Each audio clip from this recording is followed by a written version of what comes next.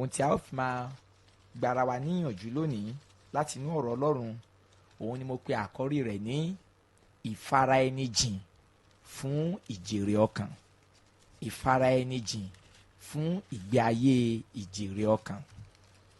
Ìfaraẹnijìn fún ìgbé ayé ìjèrè ọkàn. Ará, àkọlé tí a ń gbéyẹ̀wò yìí ó jẹ́ àkọlé tó gbòòrò gidigidi gan. Ó sì tún jẹ́ àkọrí tó jẹ́ pé ó wà lára àwọn ìpìlẹ̀ tí ìjọ Ọlọ́run dá lé lórí. Tí a bá mú ìjèrè ọkàn kó nínú kìrìsìtẹ́nì kò lè nítumọ̀, torí pé Kristi ó fi ìtẹ́ ògo rẹ̀ sílẹ̀ lọ́run láti wá sí ayé láti wá ṣiṣẹ́ ìgbàlà àti ìjèrè ọkàn àwọn ọmọ ènìyàn, láti wá rà wọ́n padà sí Ọlọ́run. Lẹ́yìn ìgbà tí òun náà fi ayé sílẹ̀ tán, ó tún gbé iṣẹ́ ilé àwọn àpọ́stélì rẹ̀ lọ́wọ́. Lẹ́yìn táwọn àpọ́stélì náà tún kọjá lọ, àwọn náà tún gbé ilé àwọn ọmọ ẹ̀yìn lọ́wọ́ tí àwọn náà tún kó jọ. Èyí ni wípé ó jẹ́ lára àwọn òpó tó gbé ìgbàgbọ́ ró. Oríṣiríṣi òpó ni ìgbàgbọ́ fi ìdí múlẹ̀ lé lórí tó sì gbé lé lórí. Lára àwọn òpó wọ̀nyí ni ẹ̀mí mímọ́. Tá bá yọ ẹ̀mí mímọ́ kúrò nínú ìjọ ò nítumọ̀. Tá bá yọ àdúrà kúrò nínú ìjọ ò nítumọ̀. Bákan náà ni tá bá yọ ọ̀rọ̀ Ọlọ́run kúrò nínú ìjọ, ìtàn lásán ló tún kù, kò nítumọ̀. So àwọn òpó wọ̀nyí jẹ́ àwọn òpó kan tó jẹ́ pé ìkan ò lè sọ pé jẹ́ kémi kúrò mẹ́yìn tó kọ ẹ̀ máa ṣe rárá. Ò lè yọ àdúrà kúrò kó ní kẹ́mi mímọ́ àti ọ̀rọ̀ Ọlọ́run kan máa ṣe lọ, kò lè ṣeé ṣe, torí pé àdúrà ní fa ọwọ́ Ọlọ́run sọ̀kalẹ̀. Àdúrà ní mú kí ọ̀rọ̀ Ọlọ́run ní ìmísí, àdúrà ní sì mú kí ẹ̀mí Ọlọ́run kó rìn. Bákan náà ni ò lè yọ ẹ̀mí mímọ́ kúrò kí àwọn tó kù náà dúró. Lára àwọn òpó tí a ń dá orúkọ yìí lára rẹ̀ ní ìjèrè ọkàn wà, tí a ń pè ní evangelism tàbí soul winning. Tí a bá yọ ìjèrè ọkàn kúrò nínú ọ̀rọ̀ ìgbàgbọ́ á di rádaràda, kò ní nítumọ̀. Nítorí náà, kí ni ìhà tí ìjọ Ọlọ́run àti àwọn ọmọ Ọlọ́run kọ̀ọ̀kan kọ sí ọ̀rọ̀ ìjèrè ọkàn lónìí? Kí sì ni ìhà tí Ọlọ́run fẹ́ kí a kọ sí? Òun ni àwọn àkọ́rí tí ò ní fẹ́ dálé lórí. Bí Kristi kò bá sì tí ì dé, ó ṣeéṣe kó jẹ́ pé òun náà la ó sì máa gbé yẹ̀wò ní ọjọ́ mẹ́jọ àti níjọ́ mẹ́ẹ̀ẹ́dógún, nítorí pé àkọ́rí tó gbòòrò gidi ni. Nínú ìwé Lúùkù chapter 19 verse 10, ìwé Lúùkù orí 19 ẹsẹ̀ 10, ẹ jẹ́ kí a wo ohun tí Bíbélì wí. Nítorí ọmọ ènìyàn dé láti wá àwọn tí ó nù kiri àti láti gbà wọ́n là. Jésù sọ pé iṣẹ́ tóun wá sáyé wá ṣe òun ni pé òun wá ṣàwárí àwọn tó sọnù, òun sì fẹ́ gbà wọ́n là. Èyí ni wípé tí a bá ń sọ wípé a fẹ́ kí a dàbí Jésù, a fẹ́ kí a dàbí Jésù tí a ń kọ lórin lónìí nínú ìwé orin wa, mo rò pé lára àwọn ọ̀nà tó dáa jù, mi ò sọ pé ọ̀nà tó dáa jù, lára àwọn ọ̀nà tí ó dáa jù tí a lè wo àwòkọ́ṣe ìgbé ayé Kristi fún, tó yẹ ká dàbí rẹ̀ ni pé ká wo ohun tó wá sáyé wá ṣe, káwa náà sì tẹ̀síwájú láti máa ṣe. Nínú ìwé Luke chapter 19 verse 10 yìí, Jésù ń fi èròǹgbà rẹ̀ hàn fún aráyé wípé ohun tóun wá sáyé wá ṣe ni pé òun wá ṣe àwárí àwọn tí ó nù àti láti gbà wọ́n là. Ṣùgbọ́n lónìí nísìnyí, èròǹgbà àwa ọmọ Ọlọ́run òde òní ta sọ pé a jẹ́ kìrìsìtẹ́nì ìgbàlódé àti ìjọ Ọlọ́run ìgbàlódé tòní ni pé èròǹgbà tiwa ò kì í ṣe láti ṣàwárí àwọn tó ṣègbé àti láti gbà wọ́n là. Èròǹgbà wa ni wípé láti kówó jọ, láti máa fi ìjọ lọ́lẹ̀ káàkiri, a ó máa pààrọ̀ ọmọ ìjọ kan dé ìkan kó nínú ṣọ́ọ̀ṣì rẹ̀ máa bọ̀ wá sí tèmi. Kò fi bẹ́ẹ̀ sí ojúlówó ìgbàlà ọkàn tòótọ́ mọ́ lóde òní, kò wọ́pọ̀ mọ́, kò sì yẹ kí ó rí bẹ́ẹ̀. Ohun tí Jésù wá sí ayé wá ṣe nìyí, tí ó sì fi ìdí rẹ̀ múlẹ̀, tí ó sì sọ pé káwọn àpọ́stélì gan pẹ̀lú kan máa ṣe. Tí ẹ bá tún wo ìwé Mark chapter 16 verse 15, Jésù tún sọ nǹkan yìí náà fáwọn àpọ́stélì rẹ̀ lẹ́yìn tí ó kú tó jíǹde tán. Ó ní, ó sì wí fún ọ pé ẹ lọ sí gbogbo ayé kí ẹ sì máa wàásù ìyìn rere fún gbogbo ẹ̀dá. Ẹni tí ó bá gbàgbọ́ tí a bá sì bámtísì rẹ̀ yóò là, ṣùgbọ́n ẹni tí kò bá gbàgbọ́ yóò jẹ̀bi. Àṣẹ yìí ni Jésù tún fi lé àwọn àpọ́stélì náà lọ́wọ́. Àkọ́kọ́ fi èròǹgbà rẹ̀ hàn pé wíwá tòun wá sórí ilẹ̀ ayé ni láti wá àwọn tí ó nù àti láti gbà wọ́n là. Ó fi èròǹgbà rẹ̀ hàn fáwọn àpọ́stélì, ó sọ pé kó fi ṣe apẹja sílẹ̀, ó ní ẹ máa tọ̀ mí lẹ́yìn, èmi ó sọ yín di apẹja ènìyàn. Lẹ́yìn ikú àtàjíǹde rẹ̀, ó tún tẹnu mọ́ èròǹgbà yìí náà pé ẹ tún lọ sí gbogbo ayé, ẹ máa wàásù. Kí ló wá dé lónìí tó jẹ́ pé evangelism ti kú? nínú ìjọ a ní drama group, a ní ẹgbẹ́ akọrin, a ní ẹgbẹ́ obìnrin rere, a ní gbogbo oríṣiríṣi ẹgbẹ́ evangelism kò fi bẹ́ẹ̀ wọ́pọ̀ mọ́. Àwọn ibi táwọn kan bá ti kóra wọn jọgọ fún evangelism, wọn ó ṣe ṣúkẹ́ṣúkẹ́ tó bá ti yá àgàrà dá wọn. Kí ló dé tí iṣẹ́ yìí tí Kristi fi torí rẹ̀ fi ìtẹ́ ògo rẹ̀ sílẹ̀ lọ́run tó sì gbélé ìjọ ìṣáájú lọ́wọ́, kí ló dé tí iṣẹ́ yìí wá ń falẹ̀ lóde òní? Ọ̀pọ̀lọpọ̀ àwọn ìránṣẹ́ Ọlọ́run ló ń tẹnumọ́ ọ̀rọ̀ evangelism tó jẹ́ pé síbẹ̀ pẹ̀lú ìtẹnumọ́ wọn náà kò sí èso kankan tó so. A ní láti kọbi ara sí nǹkan yìí torí pé ó ṣe kókó, ó sì wà lára àwọn òpó tó gbé ìgbàgbọ́ Kristẹni ró. Ó wà lára àwọn òpó tí ìjọ Ọlọ́run tó fararọ̀. Ó wà lára àwọn òkúta tí a fi ìpìlẹ̀ ìjọ lélẹ̀ lé. Tí kò bá sí evangelism, tí a kò sì máa pariwo káwọn ọmọ ìjọ jáde lọ jèrè ọkàn, ká kọ́ wọn bí wọ́n ṣe ń ṣiṣẹ́ apẹja ènìyàn, báwo ni ìjọ Ọlọ́run yóò ti ṣe dúró títí dópin? Jésù ní tí èmi bá dé, èmi yóò wá bá ìgbàgbọ́ láyé bí? Jésù sọ pé ṣé tí mo bá dé màá bá ìjọ láyé? Ó mọ̀ wípé òun máa bá ìjọ láyé tóun bá dé, ṣùgbọ́n ó ṣeé ṣe kó lè má lè bá ìgbàgbọ́ nínú ọkàn àwọn ènìyàn. Nítorí náà ọ̀rọ̀ ìjèrè ọkàn ó ṣe kókó, ó yẹ kí a ṣe kíni, kí a máa tẹnumọ́ gbọ̀ngbọ̀ngbọ̀n. Jésù tẹnumọ́ àwọn nǹkan wọ̀nyí, ó fi ìdí rẹ̀ múlẹ̀ nínú ìwé ìṣe àwọn àpọ́stélì orí kìíní ẹsẹ̀ 8. Nígbà tí ó fẹ́ gòkè rí ọ̀run, ohun tó tún sọ fáwọn àpọ́stélì ni pé ó ní ẹ dúró de ìlérí bàbá tí mo ti sọ fún yín, gẹ́gẹ́ bí mo ti wí. Ó ní nítòótọ́ ni Jòhánù fomi baptist, ó ní ṣùgbọ́n a ó fi ẹ̀mí mímọ́ baptist yín, ó ní kò sì ń ṣe ọ̀pọ̀ ọjọ́ láti sìn yìí lọ. Nígbà tó wá di ẹsẹ̀ 9, ó wá sọ fún wọn, ó ní ṣùgbọ́n ẹ̀yin yóò gba agbára nígbà tí ẹ̀mí mímọ́ bá bà lé yín, ẹ ó sì máa ṣe ẹlẹ́rìí mi. Ó túmọ̀ sí pé èrèdí tí Ọlọ́run fi rán ẹ̀mí mímọ́ sọ̀kalẹ̀ lọ́jọ́ Pentikọ́sì kò ń ṣe pé ká máa lè fi èdè fọ̀ nìkan, ṣùgbọ́n èrèdí rẹ̀ gangan ni pé ká lè jẹ́ ajẹ́rìí Kristi, láti jẹ́ ẹni tó ń jẹ́rìí rẹ̀, èyí tí a ń pè ní ìjèrè ọkàn. Ó túmọ̀ sí pé tí a bá sọ pé a gba ẹ̀mí mímọ́ lónìí tó jẹ́ pé ìtara ìjèrè ọkàn kò sí nínú ọkàn wa, ó yẹ ká béèrè lọ́wọ́ ara wa irú ẹ̀mí mímọ́ wo la gbà. Ìtorí èrèdí tí Kristi fi rán ẹ̀mí mímọ́ wá sí ayé, òun ni pé kíni, ká lè jẹ́ ẹlẹ́rìí rẹ̀. Ká lè ṣe kíni, ká lè jẹ́ ẹlẹ́rìí rẹ̀. Ẹlẹ́rìí rẹ̀. Èyí ni wípé tí ohun kan bá tún ti yàtọ̀ sí eléyìí pé èrèdí tí a fi gba ẹ̀mí mímọ́ nìyí, ó túmọ̀ sí pé kò nítumọ̀. Gẹ́gẹ́ mo sọ pé àwọn òpó kan wà tó jẹ́ pé lórí rẹ̀ ní ìgbàgbọ́ fararọ̀, pé lára rẹ̀ ní òpó ìgbàgbọ́, lára rẹ̀ ní òpó ẹ̀mí mímọ́, lára rẹ̀ ní òpó àdúrà, ọ̀rọ̀ Ọlọ́run àti ìjèrè ọkàn. Ó túmọ̀ sí pé wíwá ẹ̀mí mímọ́ sórí ilẹ̀ ayé, wíwá ẹ̀mí mímọ́ sínú agbo Kristi, èyí ni pé láti kún agbo Kristi ní agbára kan lè jẹ́ ajèrè ọkàn àti ajẹ́rìí Kristi.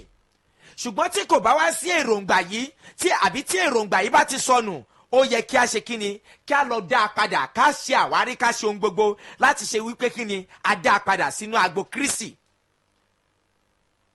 Tí kò bá sí ìjèrè ọkàn, ìjọ á máa kú, ìjọ á máa rẹ̀wẹ̀sì, ìyìn rere kì í sì ń sáré tètè. Nítorí náà a ní láti ṣe kíni, a ní láti sáré tètè sí ọ̀rọ̀ yìí. Ẹ jẹ́ ká wo nǹkan tí Bíbélì sọ nípa pé ọ̀rọ̀ jíjẹ́rìí Kristi nínú ìwé ìṣe àwọn apostoli chapter 2 verse 32. Ìwé ìṣe àwọn apostoli chapter 2 verse 32. Jésù náà yìí ni Ọlọ́run ti jí dìde, ẹlẹ́rìí èyí tí gbogbo wa ń ṣe. Ẹ rí wípé nígbà tó ń sọ̀rọ̀ níbẹ̀, ó sọ pé Jésù yìí òun ni Ọlọ́run jí dìde, ó ní ẹlẹ́rìí rẹ̀ ni àwọn ń ṣe kíni ni àwọn ń ṣe. Ó túmọ̀ sí pé nígbà tí wọ́n gba ẹ̀mí mọ́, wọ́n di ajẹ́rìí Kristi. Ǹjẹ́ àwa jẹ́ ajẹ́rìí Kristi lónìí? Ǹjẹ́ à ń jẹ́rìí Kristi nípa ìjèrè ọkàn láti fa àwọn ènìyàn wá sínú ìmọ́lẹ̀? Ó tún rí eléyìí náà nínú ìwé ìṣe àwọn àpọ́stélì chapter 4 verse 20. Àwa kò láì má sọ ohun tí àwa ti rí, tí àwa sì ti gbọ́. Àwọn èèyàn yìí sọ pé àwọn kò lè ṣaláì má sọ ohun tí àwọn ti ṣe kíni, tí àwọn ti rí, tí àwọn sì ti gbọ́. Tí o bá tún wo ìwé ìṣe àwọn àpọ́stélì chapter 5 verse 32, ọ̀rọ̀ yìí náà tún ṣì ń tẹ̀síwájú lọ. Chapter 5 verse 32, Bíbélì sọ fún wa ní ibẹ̀ yẹn, ó ní àwa sì ní ẹlẹ́rìí nǹkan wọ̀nyí àti ẹ̀mí mímọ́ pẹ̀lú tí Ọlọ́run fi fún àwọn tí ó gbọ́ tirẹ̀. Ó túmọ̀ sí pé ṣo ti rí pé ẹsẹ̀ Bíbélì yẹn jẹ́ kó yé wa pé ẹ̀mí mímọ́ náà wíwá rẹ̀ wá sí ayé ni pé ó wá jẹ́rìí Kristi. Èyí ni pé àwọn àpọ́sítélì ní ajẹ́rìí Kristi. Ó ní àti ẹ̀mí mímọ́ náà pẹ̀lú tí Olúwa fi fún àwọn tí ó ṣe kíni, tí ó gbọ́ tirẹ̀. nítorí náà tó bá ti di wípé ọ̀rọ̀ ìjèrè ọkàn àbí jíjẹ́rìí Kristi ní gbangba ó ti ń kú lọ, àsìkò ní láti béèrè wípé ǹjẹ́ a gba ẹ̀mí mímọ́ bí? Torí pé tí ẹ̀mí mímọ́ ò bá sí nínú ọkàn wa, tí ẹ̀mí mímọ́ ò bá sínú ayé wa, a kò lè ní ìtara láti jẹ́rìí fún Kristi. Bí ẹ̀mí mímọ́ ò bá sínú wa, a kò lè ní òǹgbẹ láti jèrè ọkàn. Ẹni tó bá gba ẹ̀mí Ọlọ́run sínú ayé rẹ̀ ní tọkàntọkàn, ó gbọ́dọ̀ ní ìtara fún ìjèrè ọkàn, ó gbọ́dọ̀ ní ìtara láti fẹ́ ṣe kíni, láti fẹ́ máa pòǹgbẹ fún ìjèrè ọkàn àti fún ìgbàlà aráyé. Ẹ jẹ́ ká tún wo ohun tí Bíbélì tún sọ nínú ìwé Ìṣe àwọn Àpọ́stélì yìí náà chapter 15 láti ẹsẹ̀ 26 sí 27. Àwọn ọkùnrin tí ó fi ẹ̀mí wọn wéwu nítorí orúkọ Olúwa Jésù Kristi. Nítorí náà nínú ìwé Ìṣe àwọn Àpọ́stélì yìí, ẹ jẹ́ ká sáré wo chapter 22 verse 14 to 16. 22 verse 14 to 16. A máa fún àwọn kan, a máa pe àwọn kan fún yín. Chapter 22 verse 14 to 16. Ó ní ó sì wí pé Ọlọ́run àwọn bàbá wa yàn ọ́ láti mọ ìfẹ́ rẹ̀ àti láti rí olóòótọ́ ni àti láti gbóhùn lé ẹnu rẹ̀, kí ìwọ kí ó lè ṣe ẹlẹ́rìí rẹ̀ fún gbogbo ènìyàn lé ohun tí ìwọ ti rí tí ìwọ sì ti gbọ́. Ǹjẹ́ nísinsìnyí kí ni ń dá ọ dúró? Dìde kí o ká sì bámtísì rẹ ká sì wẹ ẹ̀ṣẹ̀ rẹ nù kúrò kí o sì máa ké pe orúkọ Olúwa. Èyí ń sọ nípa Paul apọ́stélì wípé nígbà tí Olúwa bá a pàdé, a gbé ìdìde gẹ́gẹ́ bí ẹlẹ́rìí Kristi. Èyí gẹ́gẹ́ náà ni fún gbogbo àwa náà tí a gba Jésù ní Olúwa àti olùgbàlà. Èyí ni wípé a gbọ́dọ̀ dìde láti ṣe kíni, láti jẹ́ ajẹ́rìí rẹ̀, láti di ọ̀rọ̀ ẹ̀rí rẹ̀ mú ṣinṣin, láti máa sọ fún àwọn èèyàn nípa rẹ̀. Èyí ni ohun tí ìpìlẹ̀ ìyìn rere dálé lórí. Tí kò bá sí ìjèrè ọkàn, ìgbàgbọ́ máa kú, ìgbàgbọ́ sì máa di kò gbóná kò tutù. Ìjèrè ọkàn ló mú kí àwọn ènìyàn kó lè mọ ohun tí Kristi ti ṣe. Nípa ìjèrè ọkàn láyé fi lè mọ̀ wípé ní tòótọ́ ni Kristi kú, ó sì jíǹde, ó sì gòkèrè ọ̀run. Nípa kíkéde àti jíjẹ́rìí rẹ̀ la fi lè sọ fún aráyé pé ní tòótọ́ ó ti gba ìlera wa, ó sì ru àrùn wa, nípa iná rẹ̀ la mú wa lára dá. Bí kò bá sí nǹkan wọ̀nyí, ìyìn rere á sì máa kú. Ẹ jẹ́ ká wo àpẹẹrẹ irú ìgbé ayé yìí tí àwọn àpọ́sítélì gbé nínú májẹ̀mú titun. Nínú ìwé Ìṣe àwọn Àpọ́sítélì chapter 5 verse 42. Chapter 5 verse 42. Ẹ jẹ́ ká wo ohun tó sọ. Ìṣe àwọn Àpọ́sítélì chapter 5 verse 42. Bíbélì sọ fún wa ní ibẹ̀ yẹn. Ó ní àti ní ojoojúmọ́, àti ní tẹ́ḿpìlì, àti ní ilé, wọn kò dẹ́kun ìkọ́ni àti láti wàásù Kristi. Ìgbé ayé yìí ni àwọn àpọ́sítélì gbé ní ìgbàanì, wípé lójoojúmọ́ ní tẹ́ḿpìlì àti ní ilé Bíbélì ni wọn kò dẹ́kun àti máa wàásù pé Kristi ni Olúwa. Tó bá tún lọ sínú ìwé Ìṣe àwọn Àpọ́sítélì chapter 8 ní ẹsẹ̀ 4, ó ní àwọn tí wọ́n sì túká lọ sí ibi gbogbo wọ́n ń wàásù ọ̀rọ̀ náà. Nítorí kí ni àwọn àpọ́sítélì àtàwọn ìjọ ìṣáájú fi túká? Nítorí inúnibíni tí a ṣe sí ìjọ, tí a sọ Stefanu ní òkúta. Wàá rí pé láti ẹsẹ̀ kìíní ó ní Sọ́ọ̀lù sì ní ohùn sí ikú rẹ̀. Ní àkókò náà ni inúnibíni ńlá kan dìde sí ìjọ tí ó wà ní Jerusalem. A sì tú gbogbo wọn kálẹ̀ já agbègbè Judea òun Samaria àfi àwọn àpọ́sítélì. Àwọn ènìyàn olùfọkànsí sì di òkú Stefanu, wọ́n sì pohùn réré ẹkún kíkan sórí rẹ̀. Ṣùgbọ́n Sọ́ọ̀lù ń da ìjọ ènìyàn Ọlọ́run láàmú, ó sì ń wọ ojúlé, ó sì ń mú àwọn ọkùnrin àtàwọn obìnrin, ó sì fi wọ́n sínú túbú. ẹsẹ̀ 4. Àwọn tí wọ́n sì túká lọ sí ibi gbogbo wọ́n ń wàásù ọ̀rọ̀ náà. verse 5. Fílípì sì sọ̀kalẹ̀ lọ sí ìlú Samaria, ó wàásù Kristi fún wọn.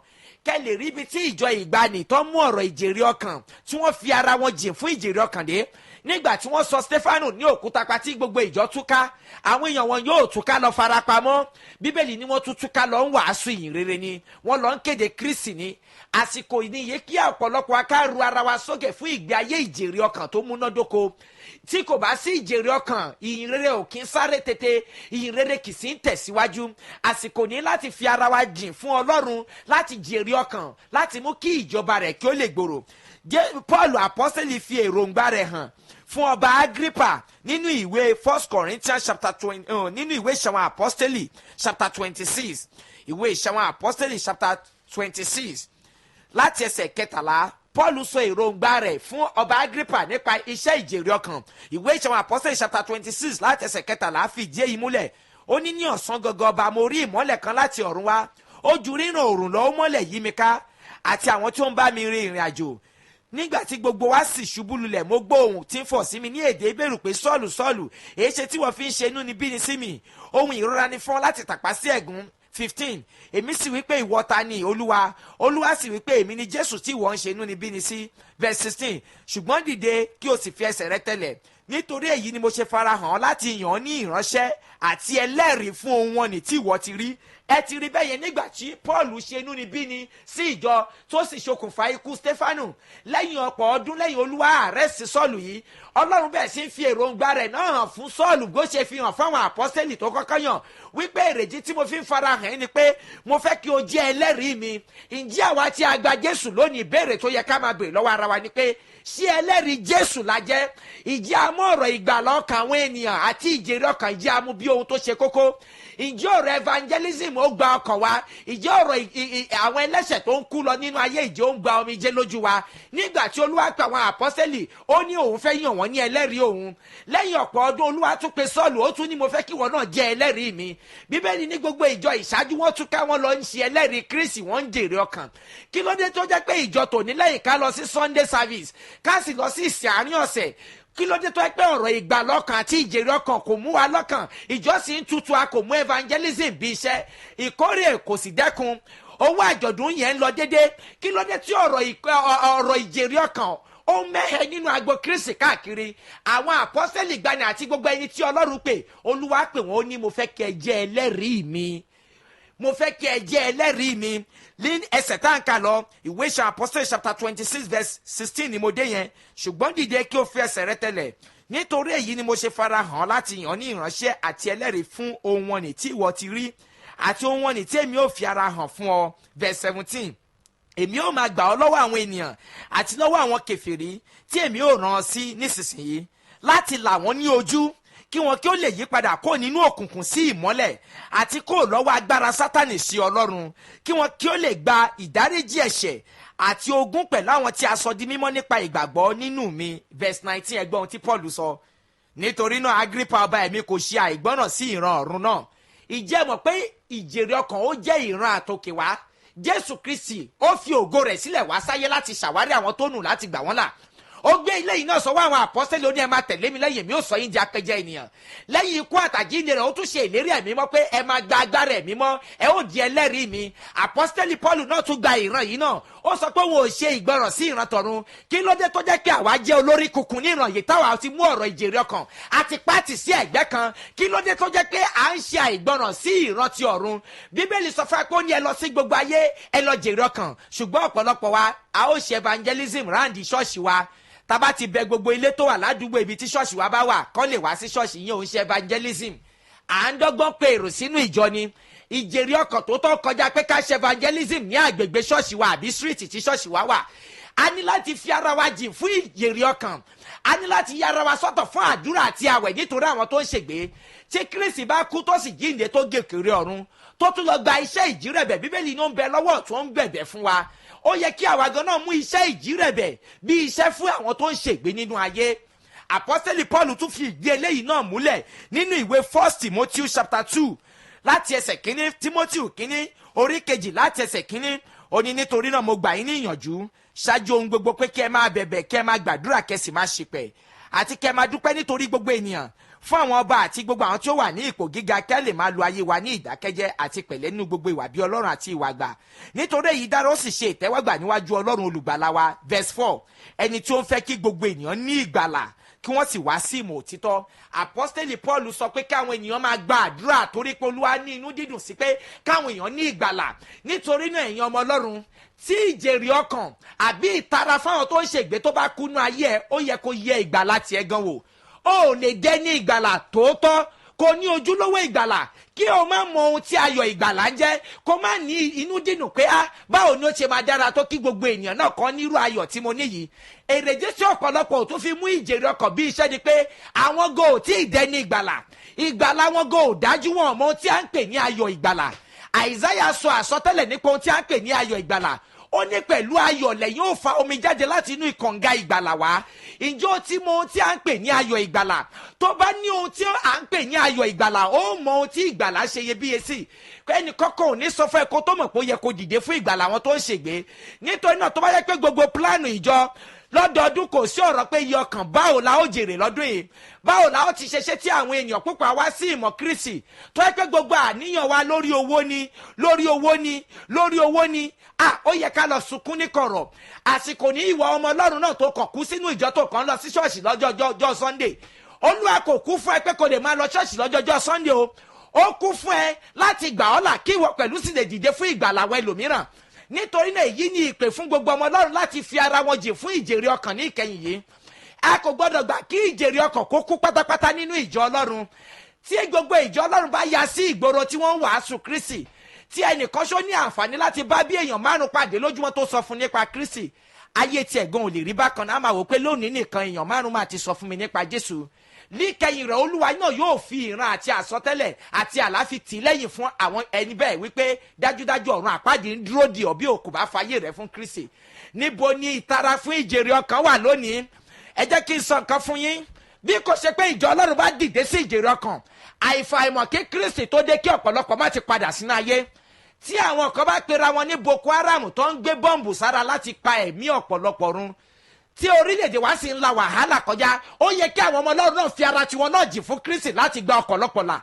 Tí àwọn kan bá ń gbé bọ́ǹbù sára láti wéèsì ẹ̀mí àwọn kan tí wọ́n fi ara wọn jì fún Sátánì, kí ló dé tí ìjọ Ọlọ́run lónìí ò mú ọ̀rọ̀ ìjèrè ọkàn pẹ̀lú ìfaraẹnijì tó múnádóko táwọn máa ṣe ìjèrè ọkàn ṣúkẹ́ṣúkẹ́ gba ẹ̀gbẹ́ ṣọ́ọ̀ṣì wa torí pé à ń pè èèyàn sínú ìjọ. Tẹ́nikẹ́ni bá sọ orí eléyà ó sọ pé tiẹ̀ ti le jù. Táwọn kan bá kọ ohun ayé sílẹ̀ láti fara wọn jìn, láti máa ba ayé àwọn kan jẹ́, láti máa fi bọ́ǹbù pa ẹgbẹgbẹ̀rún run, kí ló dé tí ìjọ Ọlọ́run tí wọ́n lè ya síta káwọn náà wá ojú Olúwa fún agbára láti fa àwọn èèyàn wá sí ọ̀dọ̀ Ọlọ́run? Àwọn eléyìí fara wọn jì fún Sátánì láti ba ayé ẹgbẹgbẹ̀rún jẹ́. Ṣùgbọ́n ọ̀pọ̀lọpọ̀ yẹn jókòó sínú ìjọ tẹ́tẹ́rẹ́tẹ́, ẹ sọ pé Jésù lẹ́ ń sìn níbẹ̀. Jésù ò kú ká lè máa lọ sí ṣọ́ọ̀ṣì o, ṣùgbọ́n ó kú fún wa láti ṣe kíni? Láti rà wá padà, káwa pẹ̀lú lè dìde fún ìràpadà aráyé. Tí Ọlọ́run bá lè fi ọmọ bíbí rẹ̀ kan ṣoṣo fún gbogbo ayé, kò sóhun tó burú jù tí gbogbo kìrìsìtẹ́nì bá ya ọmọ wọn kọ̀ọ̀kan sọ́tọ̀ pé ìwọ mo fẹ́ kó ṣiṣẹ́ fún Olúwa. Ṣùgbọ́n lónìí nísìn kò sí nínú èròǹgbà àwọn ènìyàn mọ́ sí pé kí ọmọ wọn kó ṣiṣẹ́ fún Olúwa, kó jẹ́ missionaries. Ó máa gbọ́ mo fẹ́ kó jẹ́ doctor ni, mo fẹ́ kó jẹ́ kinní kan ni, mo fẹ́ kó jẹ́ kinní kan. A ti kún fún wọn ayé jò, wọn ayé sì ti fọ́ wa lójú. A ti darapọ̀ mọ́ ayé, ayé sì ti darapọ̀ mọ́ ayé wa. Kí ló dé tí ọ̀pọ̀lọpọ̀ wa ò lè fara tiwa jìn láti fi ọmọ wa jìn fún ìgbàlà aráyé nítorí ohun tí Ọlọ́run ṣe tó fi ọmọ tirẹ̀ fún wa? Tí àpọ́stélì Paul bá lè di ohun gbogbo fún gbogbo ènìyàn, kí gbogbo ènìyàn lè rí ìgbàlà, kí ló dé táwa ò lè fara wa jìn? Àpọ́stélì Paul sọ nínú ìwé 1 Corinthians chapter 9 1 Corinthians chapter 9 láti ẹsẹ̀ 19, ó nítorí bí mo tilẹ̀ jẹ́ òmìnira kó lọ́dọ̀ gbogbo ènìyàn, mo sọ ara mi di ẹrú gbogbo wọn kí èmi kí ó lè jèrè pípọ̀ sí i. Verse 20, àti fáwọn Júù mo dàbí Júù kémi kí ó lè jèrè àwọn Júù, fáwọn tí ń bẹ lábẹ́ òfin bí ẹni tí ń bẹ lábẹ́ òfin kémi kí ó lè jèrè àwọn tí ń bẹ lábẹ́ òfin, fún àwọn aláìlófin bí aláìlófin èmi kì í ṣe aláìlófin sí Ọlọ́run, ṣùgbọ́n èmi ń bẹ lábẹ́ òfin sí Kristi kémi kí ó lè jèrè àwọn aláìlófin, fún àwọn aláìlera mo di aláìlera kémi kí ó lè jèrè àwọn aláìlera, mo di ohun gbogbo kí n lè jèrè ènìyàn gbogbo, kí èmi kí ó lè gba díẹ̀ là bí ó ti wù kórí. Ẹ wo ìgbé ayé Paul, ẹ wo ìgbé ayé arákùnrin tó jẹ́ oníkúpa nígbà kan, nígbà tó rí ìgbàlà tó máa yọ̀ tó ń bẹ ní ìgbàlà, ó di ohun gbogbo nítorí ènìyàn kó lè gba díẹ̀ là. Kí ló dé tí ìjèrè ọkàn kò sí nínú ọkàn tiwa mọ́ lónìí tá a sì sọ pé a gba Jésù? Lọ yẹ ìgbàlà rẹ wò, tí ìjèrè ọkàn, tí ìtara rẹ ò bá sínú ọkàn. Mi ò mọyẹ ẹ̀ka ìjọ tó dálẹ̀, omi ò sì fẹ́ mọ̀, ṣùgbọ́n tí ìtara ìjèrè ọkàn tó bá ti kú nínú wa, ó yẹ ká lọ wá ojú Olúwa, ká béèrè ìdí ìgbàlà tiwa gan, bóyá jẹ ní ìgbàlà ní tòótọ́. Àpọ́sítélì Paul ló ṣe eléyìí o. Ẹ ti rí bẹ́ẹ̀, àwọn àpọ́sítélì fi iṣẹ́ apẹja sílẹ̀ láti fara wọn jì fún ìjèrè ọkàn, báwọn kan náà ṣe fi ohun gbogbo sílẹ̀ lẹ́yìn láti fara wọn jì fún Sátánì láti máa pa ayé àwọn kan run. Ẹ jẹ́ káwa náà jẹ́ ìpè Olúwa fún ìjèrè ọkàn àgbáyé, àti ní ìletò àti ní ìgbèríko àti ní ìlú gbogbo. Tí ẹ̀mí mọ́ bá jáde ní ọjọ́ Pentecost torí ìjèrè ọkàn, ó yẹ ká ṣàwárí agbára ẹ̀mí mọ́, torí Olúwa ní wọ́n tú ẹ̀mí mi jáde sáré ènìyàn gbogbo, ó ní ẹ ó jẹ́ ẹlẹ́rìí mi ní Jerusalem, Judea àti dé òpin ilẹ̀ ayé. Ẹ ti rí bẹ́ẹ̀ yẹn. Tí àwọn kan bá ń fi owó wọn sponsor àwọn Boko Haram láti máa fi ba ayé àwọn èèyàn jẹ́, ẹ̀yin kan náà ẹ fowó yín sponsor àwọn èèyàn tó bá rẹ́jì àti lọ sí ìgbèríko, ẹ fowó yín sponsor àwọn èèyàn tó bá rẹ́jì àti lọ sí ìlú òkèrè fún ìgbàlà ọkàn àwọn ẹlòmíràn. Ẹ má ṣe jẹ́ kí a jókòó tẹ́tẹ́rẹ́tẹ́ nítorí pé ìjọ Ọlọ́run tutù ní àsìkò yìí, ọ̀rọ̀ ìjèrè ọkàn àti evangelism ó sì ń mẹ́hẹ̀ ní àkókò ìkẹyìn yìí. Nítorí náà ẹ̀yin ọmọ Ọlọ́run, ẹ jẹ́ kí a fi ara wa jìn fún ẹni tó kọ́kọ́ fi ara rẹ̀ jìn fún wa, ìtí ń ṣe Jésù Kristi. Ó fi ara rẹ̀ jìn fún wa, ẹ jẹ́ káwa náà fi ara tiwa náà fún padà ní ẹ̀bùn àyè mímọ́. Ẹ jẹ́ ká gbàdúrà fún iná ẹ̀mí mímọ́ láti dìde fún ìgbàlà ọkàn àwọn ènìyàn. Nítorí náà tí nǹkan mìíràn bá tún kù lẹ́yìn eléyìí tí ó sọ fún ẹ pé kò le tó yẹn, asán ló ń bẹ níbẹ̀. orí ìpìlẹ̀ yìí ni Kristi gbé ìjọ rẹ̀ lé. Ó ní ẹ lọ sí gbogbo ayé ẹ máa lọ jèrè ọkàn. Ó ní àwọn tó bá sì gbọ́ràn sílé, ó ní àwọn àmì kan máa tẹ̀lé wọn lọ. Ó ní orúkọ òun ni wọ́n máa lé àwọn ẹ̀mí èṣù jáde. Kí n tó mú ohun gbogbo wá sí ìparí, ẹ wò ó, táwọn kan máa ń fi ara wọn jì gẹ́gẹ́ bí full time láti bà ayé àwọn kan jẹ́. Èmi náà fi ìgboyà sọ pé à ń wá àwọn tó máa fi ara wọn náà jìn bí full time fún ìgbàlà ọkàn àwọn èèyàn, fún ìjèrè ọkàn. Kò sí ọ̀rọ̀ pé bóyá ẹnìkan fẹ́ sọ sálárì fún ẹ o, nítorí pé wọn ò sọ sálárì fáwọn kan tó ń ba ayé èèyàn jẹ́. So nítorí náà à ń wá àwọn tó fẹ́ fi ara wọn jìn, tó ṣetán láti lọ sí ìgbèríko tí wọ́n wọ́rì àti sọ pé ẹnìkan ń dí àwọn lọ́wọ́. Kò ń ṣe ẹni tó máa sọ pé ìyá mi ń fà mí sẹ́yìn, bàbá mi fà mí sẹ́yìn, àbí wọ́n sì wà lábẹ́ ìdè ìjọ. Àfẹ́rọ́ àwọn ẹni bẹ́ẹ̀. À ń fi àwọn tó ṣetán láti lọ ibikíbi fún Kristi, láti yọ̀ǹda ara wọn fún ìgbé ayé ìfara ẹni jìn àti ìjírẹ̀bẹ̀ fáwọn tó ń ṣègbé, àti láti lọ ibikíbi fún Kristi. Bóyá o ní ìbéèrè kan tàbí òmíràn, ẹ̀kọ́ ìṣe ń tẹ̀síwájú lọ, o lè send the text message sórí àwọn nọ́mbà wọ̀nyí tàbí kó pè 08038926927 08038926927 tàbí 08028380866 lẹ́ẹ̀kan sí 08028380866. Olúwa dúpẹ́ fún ọ̀rọ̀ náà tí a ti gbọ́, a sì ń gbàdúrà pé kí ẹ ru àwọn ènìyàn sókè fún ìtara sí ìjèrè ọkàn àgbáyé. Hallelujah. Jésù pè wá lọ́sàn-án lóru bá.